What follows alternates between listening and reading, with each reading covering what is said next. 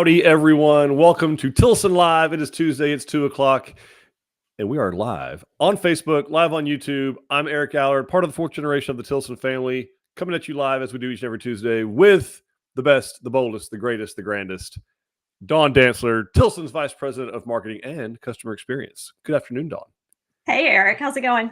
It's going. It's going. Obviously, a little bummed that my Astros didn't get it done. A little bummed about that. That is not why the head injury occurred. That's not what happened. I promise they're unrelated. That loss and this injury are, in fact, unrelated. My wife can vouch. But anyway, we are live on Facebook, live on YouTube. It's 2 o'clock. It's Tuesday. It's time to talk about all things building on your land. And that's what we're here to talk about. We're not here to talk about the American League Championship Series. We're not here to talk about the Rangers going on to the World Series. Congratulations to them. Yay. May the best team win. Odd thing happened. I don't know if it's first. I haven't documented this. Maybe someone can jump in. But before we get the random stat of the day, folks, jump in. Tell us where you're watching from, where you're building, what part of the process that you're in, questions you may have about this whole idea of building on your land. Do you live in a subdivision right now and you look out the window and you're tired of that annoying neighbor who starts their car, leaves it running, and has the brights on while you're trying to lay down a little bit, whatever. The reason you want to get out and away from that onto your own independent piece of property. That's what we're here to do. That's all we've ever done for 91 years. So we've just about got it down to a science. We're getting really good at it. But anyway, that's what we're here to talk about, all things building on your land. But while we do that, jump in, tell us where you're watching from, where you're building, what part of the process that you're in. We want to hear from you. We want to have your questions. We want to be sure that you are totally familiar with every part of the process. That could include construction, design, site preparation, financing, customization, anything that has to do acquisition of the land, permitting. Anyway, all the things. We're here to talk about all that. Weird thing happened in the ALCS. This is the last thing I'll say about it in this introduction. And that is not one home team won. So we played 2 games in Houston, 3 games in Arlington, 2 more games in Houston. And every time the home team lost the game. We lost our first 2 in Houston. They lost all 3 in Arlington. We lost the last 2 in Houston. I don't know if that's ever happened before. I'm sure there's some stat. Yeah, that's crazy. We've been playing the stick ball with the ball and the bat for 150 years as a country. It's probably happened, but it can't be very common that happens. There's this whole phrase called home field advantage that it kind of sets the expectation for the fan base that there's an actual advantage to playing at home. But I digress. And we'll talk about the 800-pound gorilla. Yes, I had suffered a head injury. I was telling Dawn earlier, it is on brand. I was building a fence on my place. I was driving T-posts with a T-post driver and got in a hurry and got careless. And I'm very lucky, actually, that this is the only injury. It could have been way worse if I had not been looking down. So we're happy. We didn't have to get no emergency trips were made. I was wearing a baseball cap. Thankfully, not an Astros branded you get your hard hat. So here's the problem with hard hats, and they should be worn for safety reasons at all times. But my problem with the hard hat is it doesn't breathe. And there's a thing about not having hair that you sweat, and there's nothing to absorb the sweat, so it runs out of your face, it burns your eyes, and anyway, it's a problem. So we're all good. We have a Texas team that's going to the World Series. That's wonderful for half of Texas. Yes. And we wish them all the success they deserve in that World Series. And anyway, so chime in, folks. Tell us where you're watching from, where you're building, what part of the process you are in, what questions you may have. Dawn is going to tell us what in the world we're talking about today, besides head injuries and the American League Championship Series. Well, pretty much that's it. We are here. This episode, guys, is all about you. So we are here to answer all of your questions. It is ask us anything about building on your land. So, like Eric was saying, any questions that you have about the process, how to do designs, how to get financing, how to find land, how to prepare your land, all of that, we are here to answer all of those questions for you. We do say ask us anything. The closer you keep it to building on your land in Texas, the better. We'll answer your questions about anything, but our answers get a little less reliable. Speak for yourself. That topic. We're not lawyers or real estate agents or financial advisors. We'll say that out front. Yes. So that's why our opinions are a little less reliable on things. But they're real. Let's see and we promise to get what you pay for every time you tune in. Every time, every single time. We've got Brittany, who is joining us from Royce City, building in Celeste. Oh, gorgeous. Celeste is awesome. We've got Rachel, who is watching from Arlington, building in Waxahachie. My in-laws and us are working on our plans with Nick again this weekend for both of our houses. Awesome. Of course you are. Well, good to see you again. Yeah. We've got Wendy. We closed on 9/29 and still have an outstanding item that we could use some help with. Will you please respond with me or DM me? We contact. Yeah, absolutely. Wendy, send us a DM and we'll absolutely help you. I think you're in the Public Grand Ranch, right? So yeah, we'll get either Tom or Caleb or somebody out there to get that squared away. No problem. Absolutely. We've got Jesse saying, "Go Rangers." Hey, Jesse. Yep. She's happy. They're happy. Yeah. I'm happy for the fans. My very best friend is a Rangers fan. I'm not happy for him, but I'm happy for all the other fans. Seriously, we played every possible game and did all the things. I know. Griselda is asking, what does your loan interest look like right now? Well, Griselda, good news is we aren't a mortgage company, so it's going to be whatever the interest rates are right this second. And I think as of yesterday, it was like right at like 7.7 or 8.1%, something like that. So that's about what that's on a 30-year fixed. It doesn't change much on a 15-year, ironically. It's like maybe a half a point. I was just had that pulled up moments ago. And, historically speaking, it's about average in the whole. Let's see if I can do this. There we go. Let's see if I can share this, maybe, without embarrassing myself. All right, hold on. Standing by. Here we go. Don't close the tab. That would leave Dawn all by herself. That would not be fun. Let's not do that. Oh, you'd love it. You'd love it. Okay, so here's where we are, ladies and gents, on the 30-year fixed rate mortgage. Now, so this is for the entirety of the 30-year mortgage. So this goes back to, I think, like 1971, 1972, something like that, which is when it started. Make it a little bigger. And I can even try to make it just a touch bigger, I think. Okay. So starting back here in 1971, 7.33%. So basically, we're about where we were when the 30-year fixed rate mortgage became a thing. It's saying here that as of October the 19th, it was 7.63. So it's pretty close. So it started, this is 52 years ago. They got as high as like 19%, 19% here in 1981. And bear in mind, folks, we have been selling houses this entire time. Tilson's been selling and building homes all over Texas for the entirety of this 50 years, obviously. But you can see that for what most people are used to, let's find me a 6 or 8%. Here's 8% right here, 2001. So this is the only time it's been below 8% for the entirety that there's been a 30-year mortgage is the last 20 years, truly. The 30 years prior and in the last, let's call it 6 months, basically, is the only time it's still not over 8%. It's right at, maybe just below, right at 8%. Right. But historically speaking, we can see that it's still lower than it's historically been.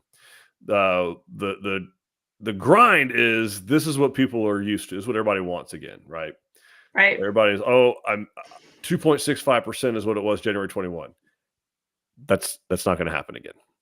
So the question is the rate what matters, or is it the payment that matters? Because the reality is, will it come back down from this?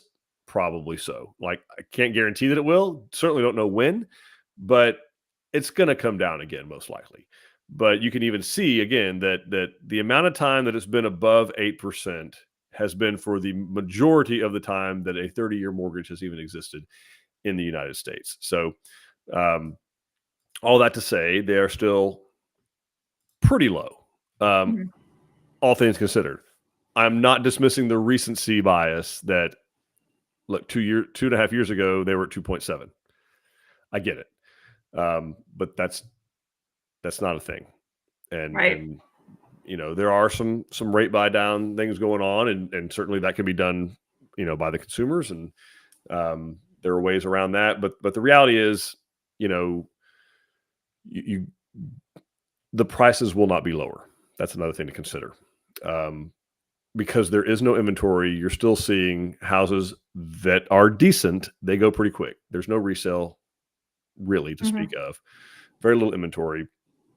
And think about it again. If rates were to go down, like let's say they went down tomorrow to 5%, what do you suppose is going to happen with home prices and the price of materials, labor, all that stuff, right? All these folks that are kind of sitting on the side. Yeah. All these folks are sitting on the sidelines are going to suddenly, we're back in the game again. Okay. Well, if everybody jumps back in the market again at the same time, what's going to happen to home prices?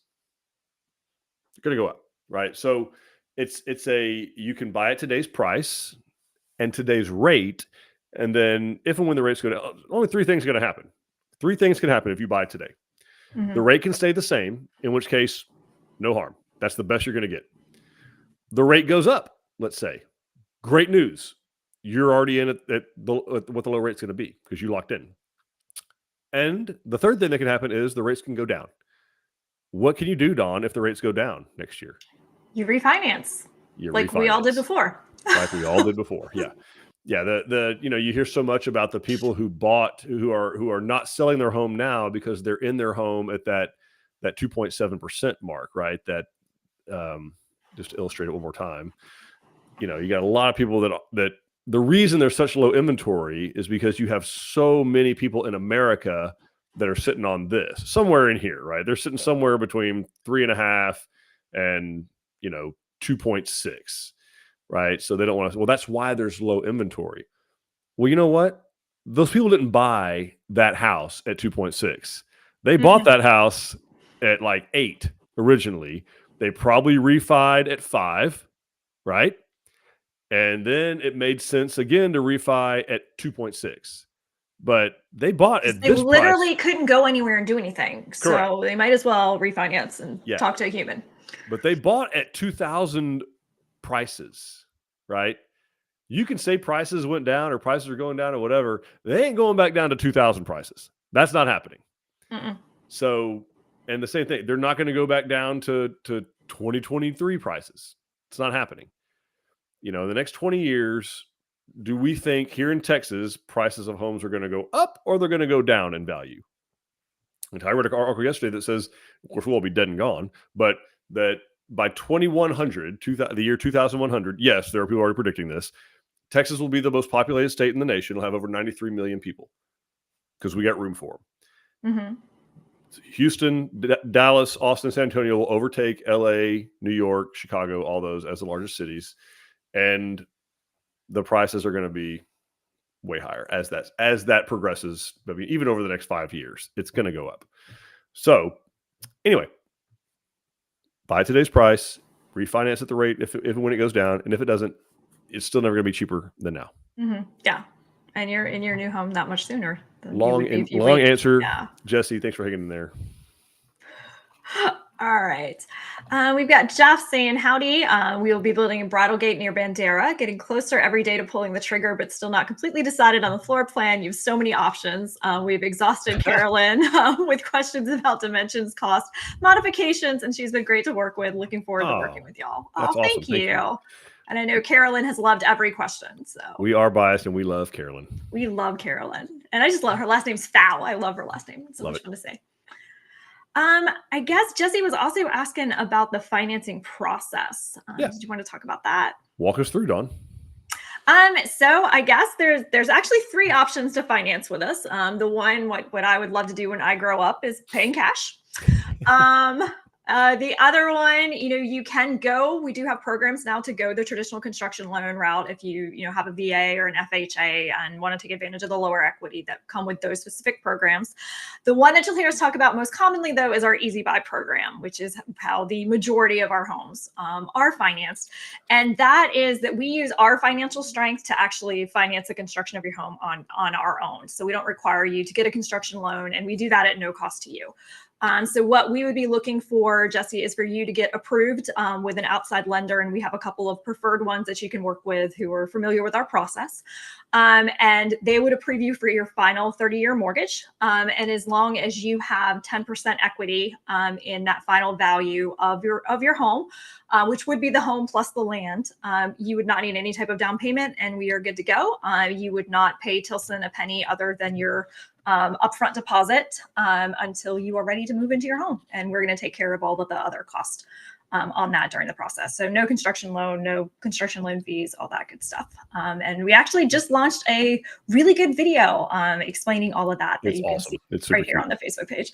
Yes, I'm still impressed that we managed to explain it so well in such a short time. So shout out to Amanda. Cool. Yeah, shout out to Amanda. You got to check that out. And then Jeff is sharing the reason we're building in the country is because it's so quiet, not anything like the noise of Orange County. Yes. Imagine Orange County's loud. Not even close. Not even close.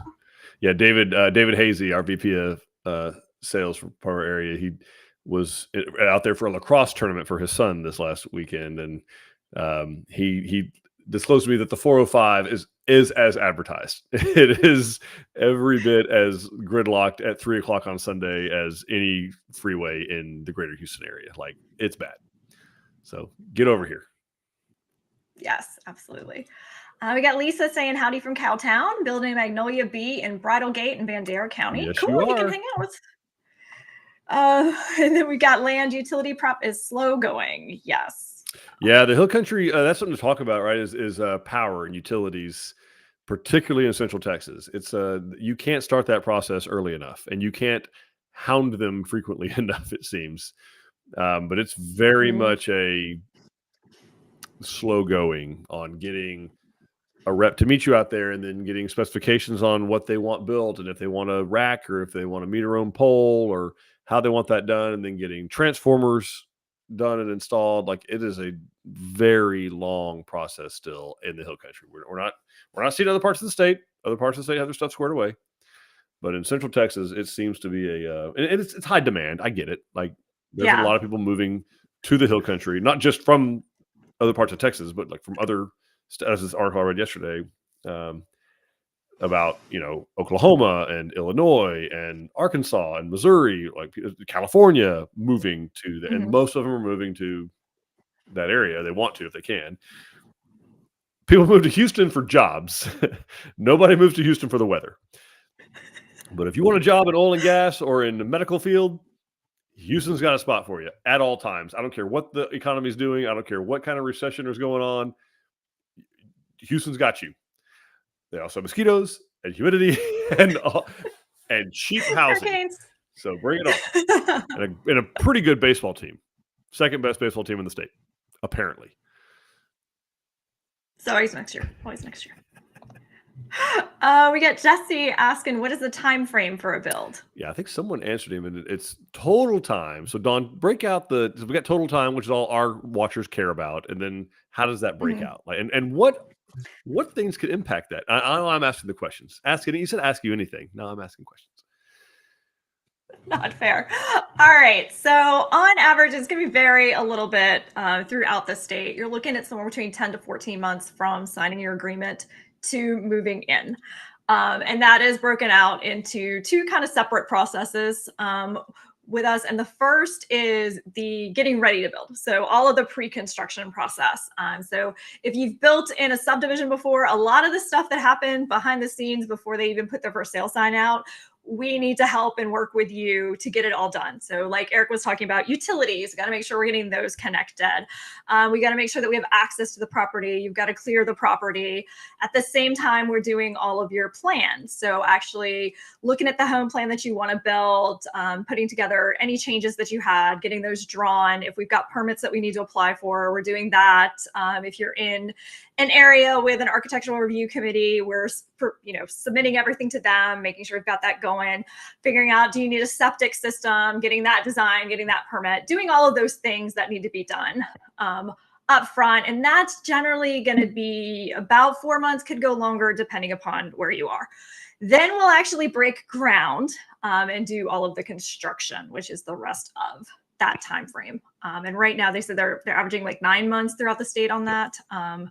So, and like I said, in some places, the hill country is definitely running a little bit longer, but a lot of places, some places are actually going faster. So we are at least returning somewhat to the normal. What's funny about that is my grandfather, going back to the 60s when we started building in the hill country. So we're talking 60 years ago. It had been an issue out there since the day we started building, like since the 1960s. It has been, wow. It has always been a month or two slower in the hill country. It's just like it's like island time. Like they just, it's rock time. It is rock time. We're going to deal with all the rocks. They're just laid back. I mean, that's what people want. That's the lifestyle that our customers are after, and that I'm after. And it's just, I get it, but if you're accustomed to the pace of Dallas Fort Worth or the pace of Houston, you need to settle down. Okay, you need to settle down. You need to calm down. If you're moving to the hill country, you need to, like, if they tell you they're going to be there Thursday, they're being 100% true. They just didn't say which Thursday. Okay. Yeah. Be specific. Which Thursday, which week. Yeah. If they say you're going to be in by Thanksgiving, say which Thanksgiving we're talking about here. So, and that's just the way it's been. He had other things to say, but I won't put those out here. Nothing profane. Just nothing positive, really, necessarily. All right. Well, we've got Nick, our friend from Florida, here with 2 land questions again. I'll keep them coming, don't worry. So the first one, I'm planning on buying a lot of acres of land, about 20 acres, and I want to surround it with a fence with an electrical automatic gate at the front. Is that possible? If so, what's the average it's going to cost, and what type of fence would be good for that? All right, so I'm a big fan of barbed wire because it's cheap, and you don't need a lot of expertise to run it. So you have a lot of options when it comes to personnel. So for fencing in 20 acres, depends on what you want to spend. Barbed wire is going to be your least expensive. If you're wanting it to hold goats or dogs or something like that, you're going to need to do a different type of, some type of a wire mesh, hog wire or cattle panels of some sort. That's going to cost you a little bit more money. You got a couple of options where you want it to be wood post or whether you want T-posts. Or whether you want, if you're going to do that, I recommend a hydraulic T-post driver. Someone else to do it? And hiring it out. And the other would be, you have iron would be an option. You got a 3-rail fence is an option too. So the kind you see driving down the countryside that's got, rail at the top, rail in the middle, rail at the bottom. It'll hold cattle. It's not going to hold small animals, right? So goats and dogs. So I don't know what your preferences are there. Now, as far as electric automatic gates, though, I mean, LiftMaster makes great ones. So there's a lot of options, and they run the gamut of budget. Mighty Mule being kind of at your lower end. Mighty Mule and probably Ghost. Neither one of those attack me. Okay, like you have a market to serve, embrace it, own it. I have a Mighty Mule gate on one of my gates. Nothing wrong with it. You can get them at McCoy's. They're great. Install them yourself. Pretty simple. All the way up to like a LiftMaster or even beyond. I have a LiftMaster also on a different part. They're cool because they have an app, as does Mighty Mule. So I can open and close those gates from my phone. You can have keypads that go with them.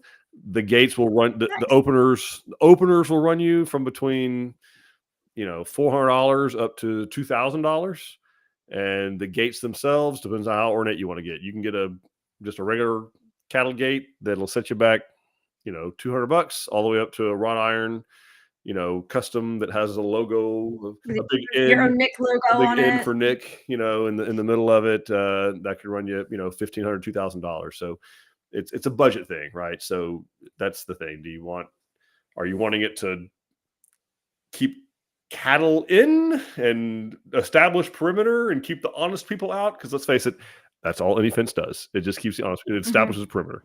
There's not a fence out there, including one at the border, that's going to keep people out. Like it's just a matter of how bad they want to get in. Okay, so you can go completely crazy, but on 20 acres, I wouldn't go too nuts unless you're wanting to keep goats or small animals in, and then you are going to need to spend different kind of money. And I think you're still looking at the East Texas, because obviously Republic Grand Ranch is out the window. You ain't getting 20 acres in there. But if you're I think you're looking at the East Texas area, like Lumberton or Kuntz or someplace out there. Oh, Hardin County. Hardin County was the last one you were looking at. East Texas has this hatred of fences called pine trees. So like, just be prepared that if you have pine trees, you're going to have limbs and trees falling on the fence. So luckily 20 acres, you could keep that up pretty easily. So you can pretty much walk that perimeter almost every day and know if something had fallen on your fence. But pine trees are not very resilient. They drop a lot of limbs, and they're fast growth softwood, which is why that's what they're used. That's why it's used for lumber, because they're easy to harvest. They're cheap to make. Make, that's the wrong word. Sorry, Lord. They are inexpensive to grow. We don't do a lot of organism growing here in the home building industry, but anyway, hope that helps a little bit with the. I can't see anything better or greater about my LiftMaster gate than my Mighty Mule gate, quite frankly, and one of them cost almost a tenth of the other. So, all right, good to know. We got Carolyn thanking Jeff for the shout out and letting him know it's been fun staying in touch. Very nice. All right, now we've got Nick's second question. Does the county give out rural resident garbage bins? If so, if my house is 50 feet behind a fence, I will need to put it outside for the garbage truck, right? The answer to the second part is yes. The answer to the first part is no. So in pretty much all the rural areas I know of, you have to find a garbage service. There are businesses that service all of those areas. Pretty easy to find out as you're driving down the highway. Look at what your neighbor's garbage can says on the side of it, and start. There's probably a phone number on it. Yep, there's probably a phone number, and your options are probably limited. So, yeah, that is one thing that it's not a struggle. That's the wrong word, but like it takes some getting used to. Like, totally transparent, for what I used to pay in a acreage style subdivision, kind of like a Republic Grand Ranch or a Texas Grand Ranch. What I paid for trash pickup for a large waste bin twice a week, I pay the exact same price for once a week in a rural area. Maybe that just happens to be where I am, but yeah. And quite frankly, Nick, I leave that trash can that they service out at the gate empty. And then I have a big trash can at the house, because same thing, I'm a couple hundred feet from it. And then once a week, I have a 14-year-old son. And one of his jobs is to make sure on Monday morning that the trash has been deposited into that trash can, and that trash can is out at the gate. So it's not a tall ask, and I don't care if it's raining. Not my problem. All right, makes sense. Then he's saying, also, you guys mentioned there are imaginary lines that you guys have to follow house inside land in real unrestricted land. Do you still have to follow that rule? If not, you can build the house anywhere inside the land, right? Thanks. Okay, so Nick, what you're talking about are building lines and setbacks and easements and all of those. So every line on a survey is an imaginary line. So let's acknowledge that. But there are property lines, and then there are the other ones that'll usually be on your survey, the dotted lines. is what, we were talking about. And those are going to be things like building setbacks. So saying how far your permanent structures have to be from the road. You'll see those more commonly in kind of a neighborhood situation, but sometimes the counties do have opinions on that too. So really, you're going to need to look at the survey when you're purchasing the land. And that should be something that the listing agent and the current owner can get you a survey, or you'll be able to look it up online in property records, but you're going to want to look at those. Easements are going to be another one. Because your utility companies they need to be able to have access to your land. So you don't want to build a permanent structure on top of a power line. So you're granting them an area that they can come into to maintain those power lines. Or under one. Or under one. Yes, true. Same thing if you've got county water, if you happen to be somewhere, you might have, easements for things like that. Gas, if you're lucky and you're somewhere where there's natural gas, you're gonna see it for that too. So there could still be those restrictions on your land. With 20 acres, usually not a problem to find a spot that you're able to build on. But yeah, you just want to make sure that you get a copy of the survey and any other restrictions that come with the property, because those are going to be specific to the lot and to the county. And they will always show up on a title report. So if you, when you go to make an offer on a piece of property, again, I'm not an active real estate agent, but I was. So my suggestion, if I were going to do it for myself, when I made an offer on a piece of property, part of that offer immediately would be that I open title at a title company. When open title simply means you send a legal description of the property to that title company, along with a copy of the proposed contract between you and the seller. And that title company is going to basically do the due diligence research all the way back to the Spanish land grants if they have to look at the chain of title. If there are any easements at all, whether you can see them or not, they will show up on a title report, on a title commitment. And there will be exceptions to title, typically on the Schedule B. You've got Schedule A, Schedule B, Schedule C. We have this thing called the Magnificent Seven. We're going to do this. We're going to do a live on the Magnificent Seven. Okay. Title report, survey, deed restrictions. There are 7 things that are holy in the build on your lot world. So we're going to do one of them anyway. So that's one of them, and we'll do the ABCs of title.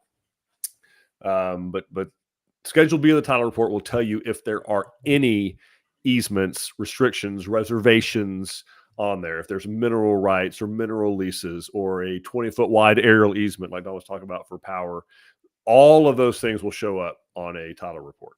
So on a Schedule B specifically. Schedule C is typically like problems with title. Like, hey, we need to know the marital status of the people who own the land before you, because it says they're married, but we're showing that they're divorced. Like, what's the deal with that? Who got it? Who owns the land? So, and what those are, hey, these things will need to be satisfied before we will insure the title. So in other words, on an easement, for example, Nick, what they're saying is if you build, we will insure this title unless you build over one of these easements. You build over one of these easements and you're in your own risk land. You're in la-la land. Like, we're not protecting you because we're telling you there's a 20-foot wide aerial easement for power going across this 20 acres. Totally common. Nothing wrong with it. It's just good to know ahead of time, right? Is there a pipeline going, right where you want to build the house?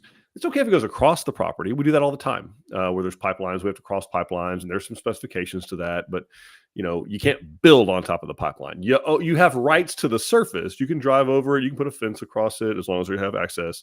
But you can't put permanent structure on it, like Dawn was saying. So all great points. All right. Makes sense. We've got Chris sharing. We are building a Canyon C in Blanco. Should be going into construction mid-November, but we are still waiting on PEC and water hookups. Slow going with those. For sure. Also, yes, for sure.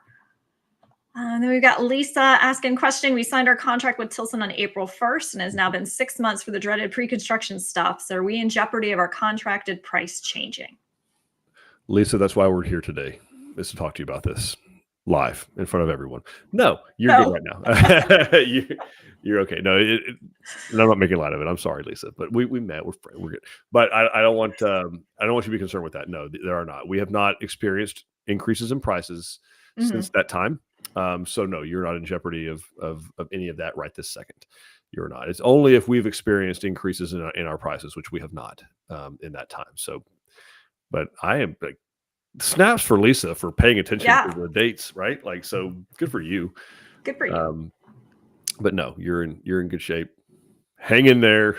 It's coming. Yes, they're going to get their acts together. It's going to be fine. Welcome to the hill country. I didn't say that. I said hang in there. Dawn said that. I didn't say when. It's going to happen eventually. It will happen. And it'll be worth it when you get there. Just get comfy. Get used to the embrace the slow pace.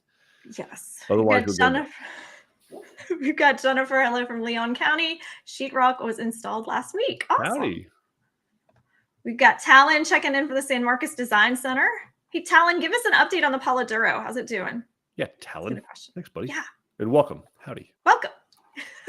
We've got John. This is John over in Austin County. We've been handed over to the builder, and I heard this term Tilsonized. Can you explain that term? Ooh, it's a good question. No. In what context did someone tell you Tilsonized? I cannot explain that term, Tilsonized.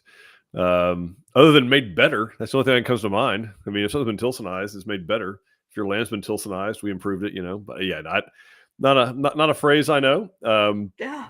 So I would love, like Dawn said, love some context, John. So yes, then we'll call your builder, I guess, and find out what that means. Yeah. We've got Misty saying hello from Mansfield, building the San Jacinto XL in Hood County. Awesome. Yeah, and the San Jacinto, by the way, is getting a little facelift. It is. It's getting a little dressed up. Yep. And Misty says it's getting some, just gets taken care of. Get some updates. She says she has our heavy equipment and dirt being taken to the land so close to foundation time. Oh, very cool. That's awesome. That's fun to see. Yeah. We got Carol asking, concerning the title policy requirement, I inherited land 20 years ago, and when the paperwork was done, I did not receive a title policy. How do I remedy this? Okay. Well, you don't necessarily have to have one. You can certainly go to a title company right now. I wouldn't pay them right this second for a title. At this point, I wouldn't pay them for a title policy. You might go to them and just have them open title on it. Carol, that's a great question. If you're going to be financing the bill of a home, if you're planning on getting a mortgage of some sort, that mortgagee, the mortgage company is going to require a mortgagee's policy and an owner's title policy. You're going to pay for both anyway. That's part of what's traditional part of the closing cost. They aren't just random fees that builders. Oh, that's all the money up to 7. They aren't just random fees that people dream up. Like they're a conglomerate of a number of different things. Like your first year of homeowners insurance, your first typically your first 3 to 6 months of reserves for your taxes and your homeowners insurance. You can't get one after the fact because they didn't have a chance to research it.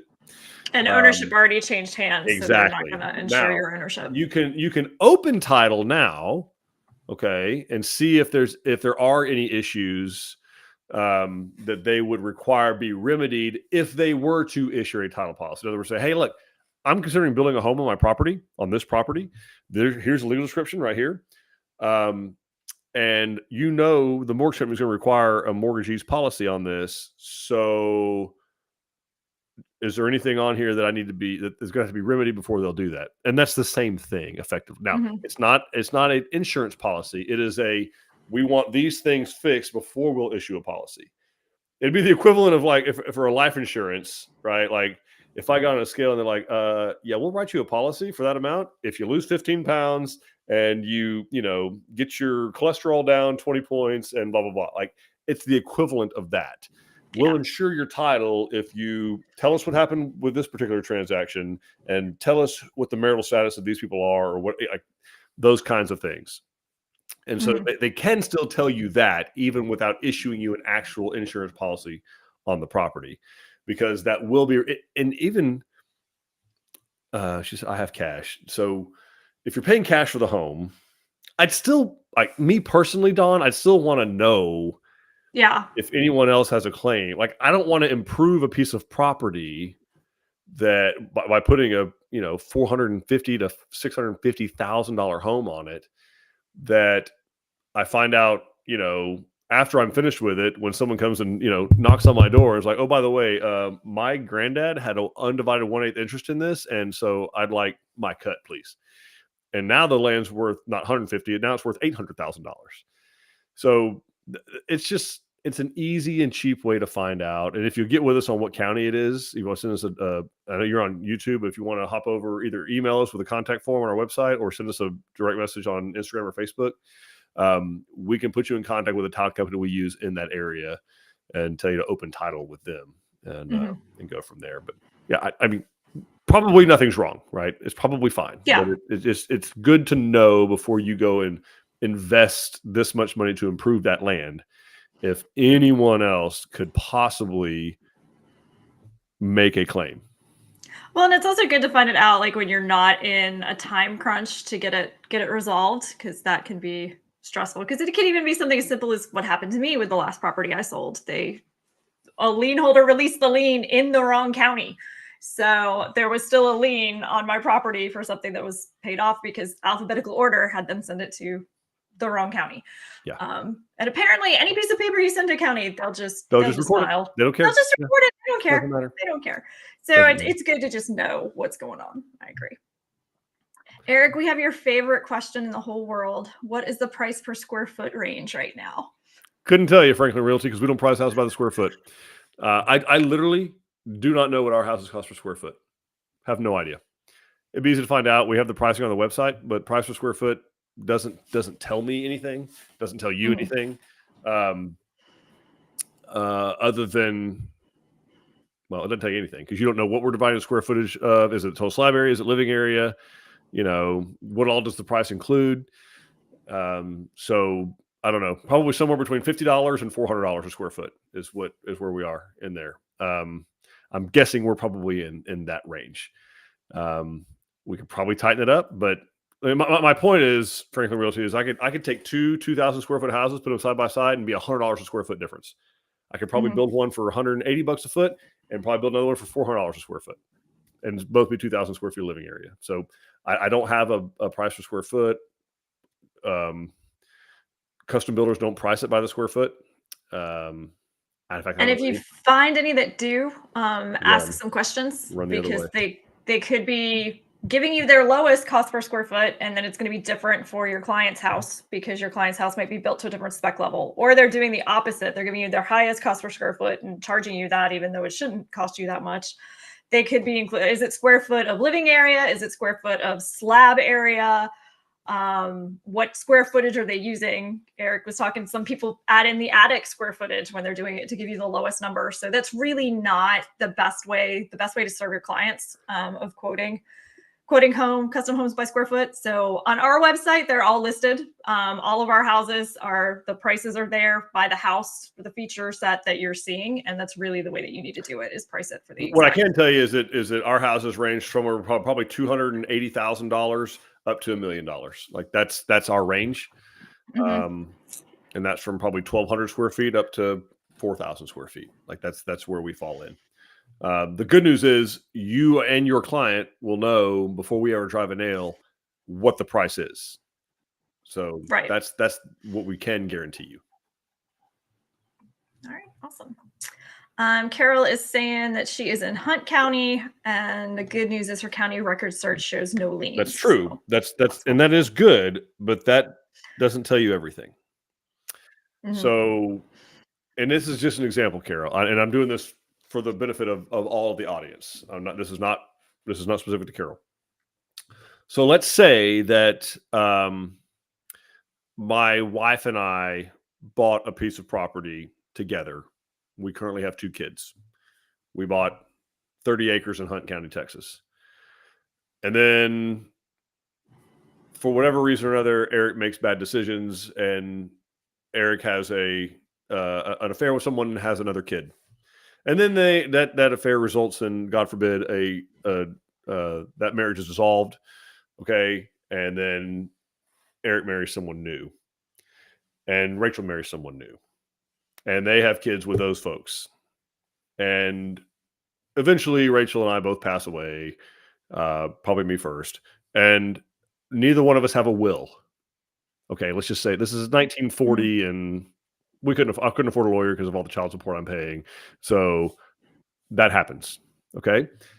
And in that event, all of the children from the various marriages or non-marriages, liaisons, have a stake in that property. And let's say that they get married and they have kids, and then they pass away without, in the 1970s, without a will that's ever probated, and on for 2 or 3 generations. And that happens all the time. All the time. It wouldn't happen in ours because Rachel would be arrested for murder because I'd be dead. But some kind of storyline of that. And you did all your paperwork. Right. Yeah. We have a will. We have all that kind of stuff. So it's already set in stone of how that works. But if you don't have a will, the state of Texas has a way that works out. And it goes to all of the children, evenly divided.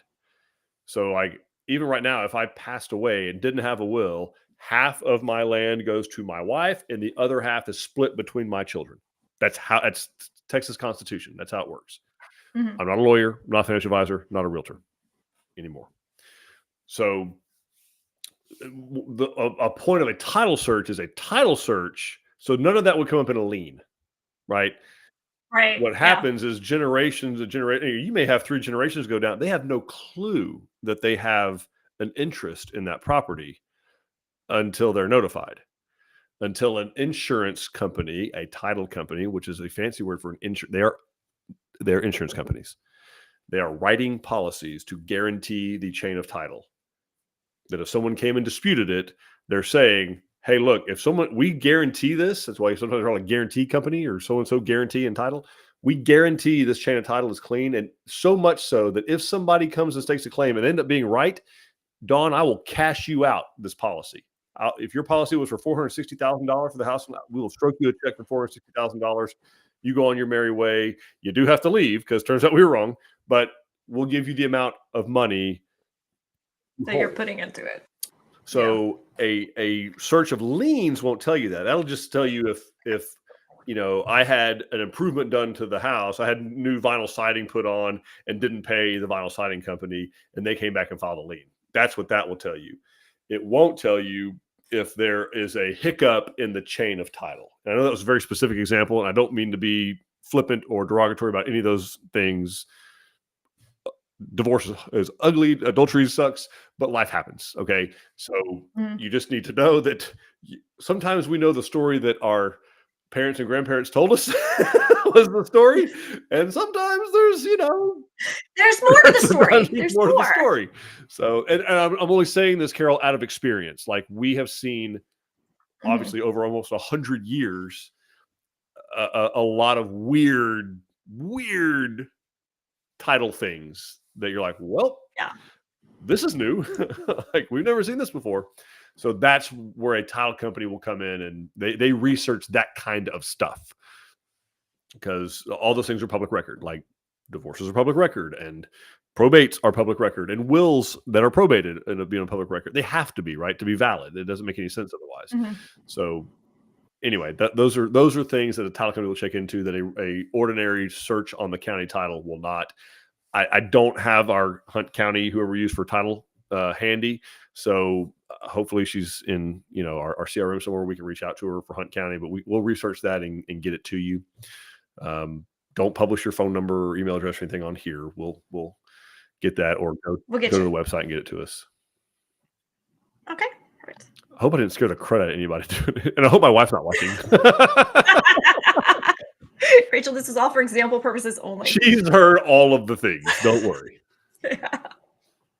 All right. Just let the cops to come investigate. I am not suicidal currently. Wellness check. I'm fine. We're terrible. Okay. Are land clearing or driveway needing to be paid for before the build, or can those costs be rolled into the mortgage? How do we handle that, Dawn? Can it be done? So it is going to come down to really the appraisal on your property. If there's room in the mortgage, we can put that into the mortgage for you. So it's just really going to come down to how much room we have in that loan for you to go ahead and finance it. Otherwise, you would need to, pay all of that before. before the mortgage, but if there's room in there, we can absolutely finance that at the same time. All righty. And that is the last question that I see. So if you guys have any other burning questions, start typing them. They're like, we don't want to talk to Eric anymore. Eric scared us. No, guys, look, I don't intend to get that way, but this is real life stuff. And I wouldn't be almost any example I use on here is not a hyperbole. It is not a hypothetical. I've seen it. Yeah, it's well, and as you get out into it probably wasn't your family. It was the family of whoever you sold it to you. It's just. But it might have been your family. It might have been. But...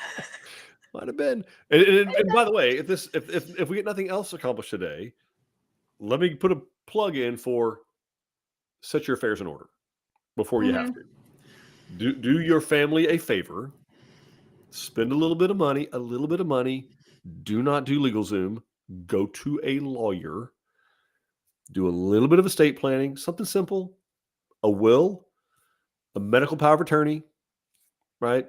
Doctor's directive. Those are three easy ones. Do it all at one time. Doctor's directive, medical power of attorney, and a will.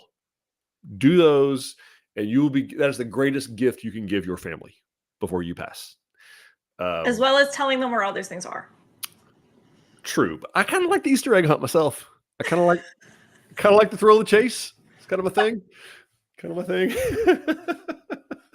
But yes, to Don's point, it does make it a little less stressful. But y'all know I ain't giving no clues like that. I ain't giving you no breadcrumbs. It's going to be an Easter egg hunt. That's what's up. Because I crave attention and I want you thinking of me all the time, even when I'm not here. So we definitely think of you all the time. Totally. Bad press, better no press. That's me. But truly, if you'll do those things, the things that we have seen that really hinder customers that are ready to do something on a piece of land that doesn't have clear title, those are the kind of things that get hindered. Somebody somewhere in the chain of title didn't have a will or didn't probate the will or didn't let their wishes be known and documented. Yeah. And you thought your parents had sole ownership, but actually they share it with your uncle. So now your cousin has a claim. And correct. Yeah. That's exactly right. So those are really, really important things to do. And like I said, we're not a law firm. We make no money off that. I'm just telling you what the stuff that has tripped up customers from getting this dream accomplished. That's the kind of stuff. And it's not saying you can't be worked through. Okay. Most of those things that we see come up, we can work through them between a really good title company that are almost associated, if not owned by a lawyer or law firm, right? That they specialize in those things in that county, and a good real estate attorney. You can get it worked out. It's the property that we have that I own and live on my deed has 33 signatures on it. It ain't that big a place. Okay. Wow. But 33? The title was 33 or 37. I can't remember. A lot. Over 30. A lot. Okay. Over 30 heirs had claims, and it took a lot of title work, a lot of legal work, but no one else wanted to do it. So it got done. And so it's not an insurmountable thing, but it is preventable. That's the best part about it. So anyway, the journey doesn't have to end here. We got a couple of things going on we're going to talk about in a second, but we've got a website, open 24/7. We got a ton of information on there, including pricing for Franklin Realty. All our pricing is on the website, totally transparent, based on the county in which you or your client is building. Go check it out. We've got 12 design centers open 7 days a week. Love to help you guys out. Love to sit down with you, talk with you about this journey. They have experience, just like there's not really anything I've experienced that they haven't experienced also. That's where I encountered these things, was when I was working in a sales office. So trust me, they know. We also have an Instagram page. We have a Facebook page, and our crown jewel, I believe, my opinion, apart from the website, the YouTube channel. YouTube channel has a ton of very relevant, usable information that will actually help you prevent these kinds of things from happening. So that's there. And then Dawn, what in the world else is going on around the state of Texas at Tilson Homes? All right, so we have a very exciting Muddy Boots home tour. So we are actually going to be at a customer's home on Saturday, showing you guys. It is dried in and it has the spray foam insulation in it, so you will be inside.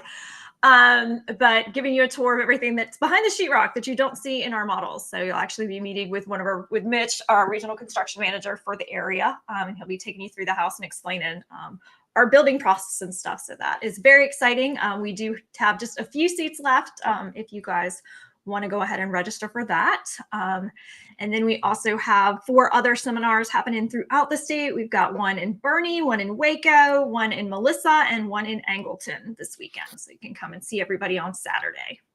And it's fall, y'all. It's nice weather. You can get out.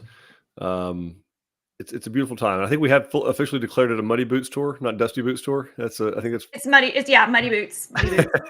Particularly since it is raining all this week, we are going to put out, plywood and stuff to make sure that it'll be real easy to get around. All right. So as long as weather cooperates the day of, we should be okay. But yeah, you will make definitely closed-toed shoes, guys. And closed-toed shoes. It will be muddy. It is a construction site. It will be muddied. Yes, dress appropriately. It is a job site. Yes. But yeah, would love to see you guys. Obviously, we have, we're here to answer your questions all the time. It doesn't have to end here. Carol's giving you a shout out about your framing installation videos. And thank you for that. And thank you for letting me use not that I had your permission, but for letting me use your example of the title questions, because it's really, really important. And again, you can open title. We'll get us some information. We'll get you hooked up with somebody in Hunt County.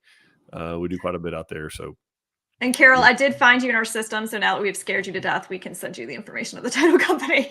Am I in the system?